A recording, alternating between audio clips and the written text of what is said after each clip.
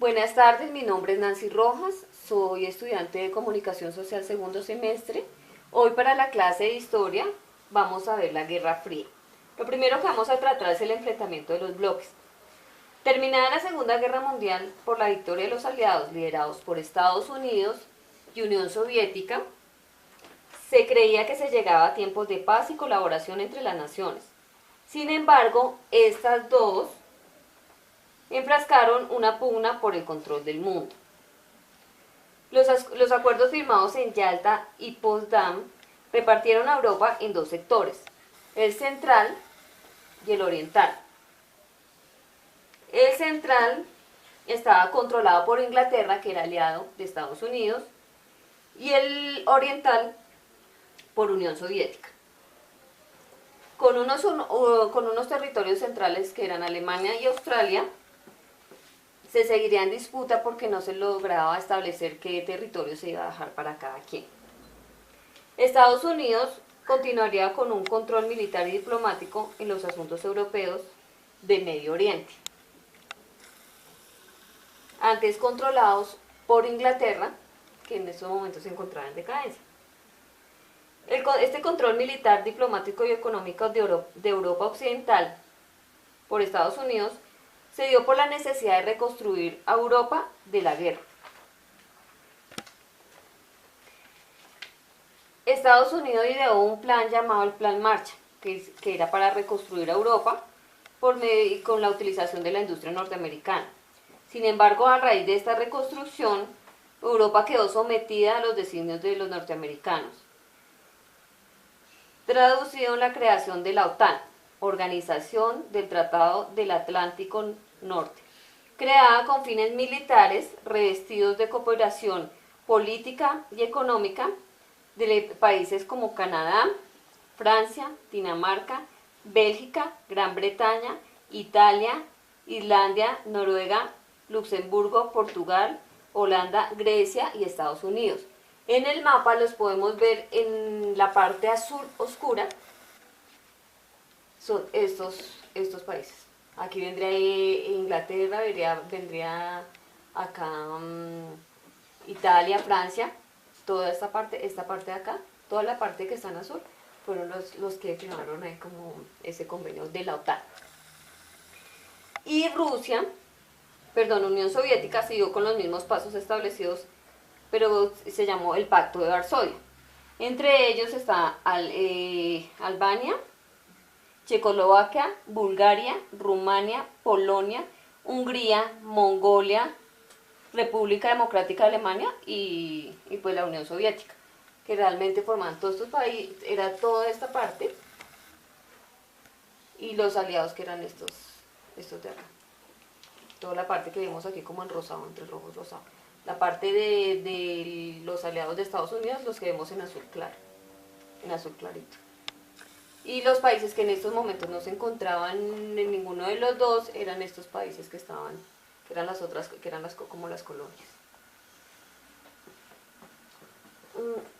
La rivalidad de estos dos grupos se sustentó por una lucha ideológica entre el liberalismo capitalista, que era Estados Unidos, y el comunismo, que era la Unión Soviética. Pero en realidad lo que esta guerra quería era el dominio de la mayor parte del mundo. Esta dominación llevó al origen de las políticas de bloques, que escaló hasta el punto de dividir a Berlín en dos. Lo mismo ocurrió con Corea, y en Medio Oriente sucedieron hechos similares, pero ya con armas bélicas. Es decir, acá donde está Alemania, capital Berlín, en el momento de la división se creó el muro de Berlín, donde se partía una parte de Alemania para la Unión Soviética y otra parte de Alemania con el control de Inglaterra.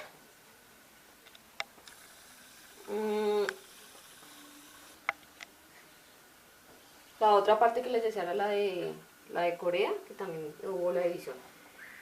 La lucha de estos dos bloques propició la denominada carrera armamentista, donde se debían tener las mayores y más letales armas. En esas encontramos la bomba atómica o cohetes de alcance intercontinental. y esto supuso el llamado equilibrio del terror, que consistía en que cualquier error en su uso supondría un desastre mundial.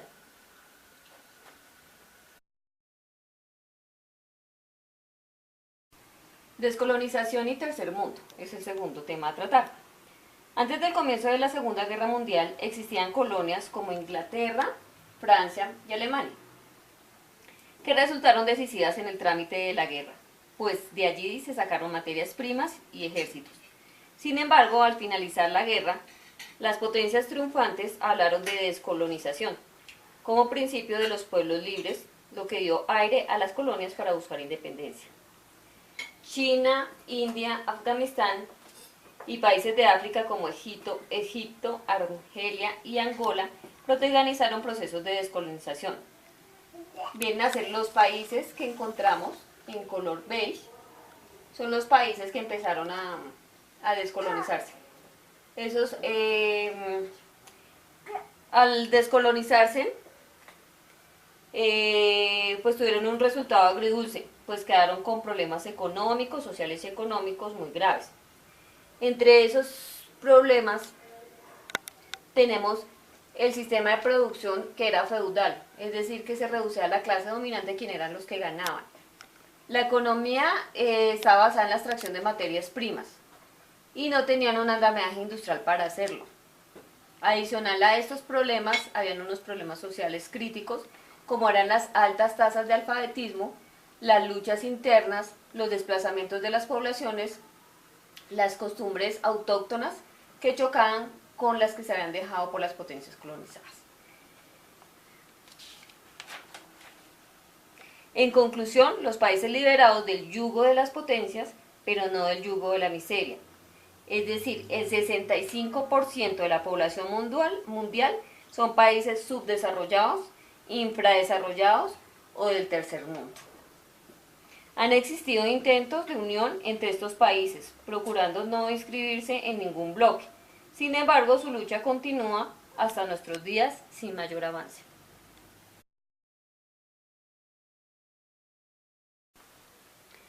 Bueno, el tercer punto a tratar son los países del tercer mundo en la década de los 80. La década de los 80 supuso para los países del tercer mundo una crisis constante, debido al pago de la deuda externa, la cual crecía a pasos gigantescos. En gran parte, el Producto Interno Bruto se utilizaba para pagar los intereses de dicha deuda, lo cual generaba problemas sociales por la falta de inversión interna. Algunas características de la década de los 80 en África. Entonces, primero, la colonización y el racismo. Segundo, Estados Unidos, Francia, Italia, Japón, Israel, Canadá, Alemania monopolizaron las actividades como agricultura, ganadería y minería en este continente. Una minoría blanca, menos del 5% de la población negra, empieza a legislar, y a la población negra y asiática le dan un trato que termina siendo esclavitud. Entre esto encuentran que los separan las razas en las escuelas, se crean los guetos, no se pueden adquirir propiedades, los negros no pueden adquirir propiedades, se legislan los empleos y se reprime en el parlamento a los negros y a los asiáticos. No pueden ingresar a las casas de los blancos los negros, no tienen representación obrera y son excluidos de las asociaciones culturales. Tienen horarios específicos para ir a sitios públicos como bibliotecas, zoológicos, galerías de arte. Por cualquier motivo los destierran, no pueden votar, no tienen derecho a la participación en el gobierno, el estudio para ellos no es gratuito. Otra característica, la quinta, es que Sudáfrica es la zona más industrializada, donde el mayor ingreso lo terminan teniendo los blancos. Sexta, aprendían inglés y afrikaans para escuchar órdenes, pero el aprender este idioma dio pie para protestas estudiantiles en el año de 1976, las cuales fueron reprimidas. Durante muchos años los grupos sudafricanos buscaron ayuda con las organizaciones internacionales.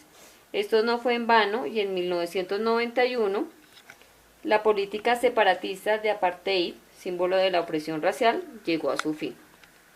El Parlamento africano derogó las leyes segregacionistas y después de 26 años de opresión y oponerse a la opresión racial, salió el líder sudafricano Nelson Mandela en libertad, quien fue escogido como presidente de su nación en 1994.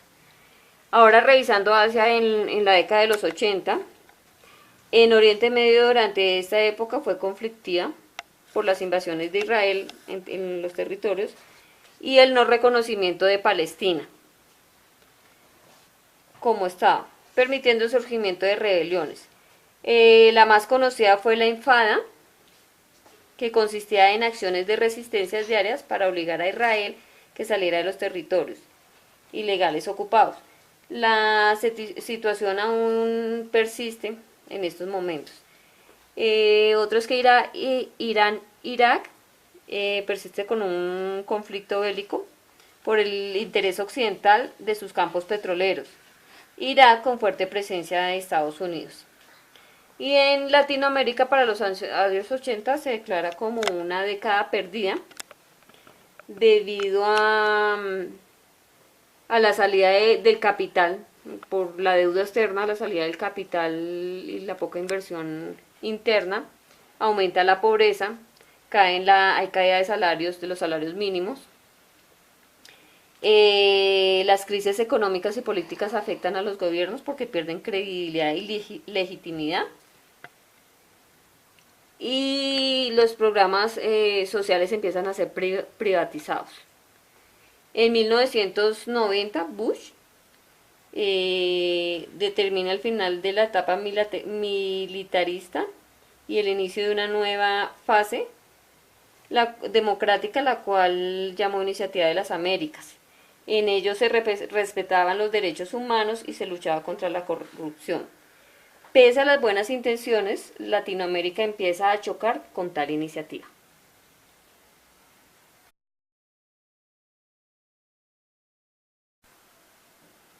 De conclusión, con respecto a mi carrera que es comunicación social, voy a hacer dos aportes.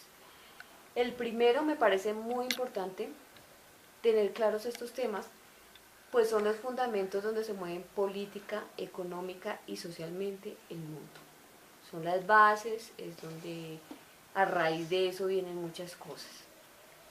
La segunda es que al tener el conocimiento y dominar los temas vistos, nos orientan y nos ubican en un marco histórico. Con este podemos comprender la problemática actual que se presenta a nivel mundial.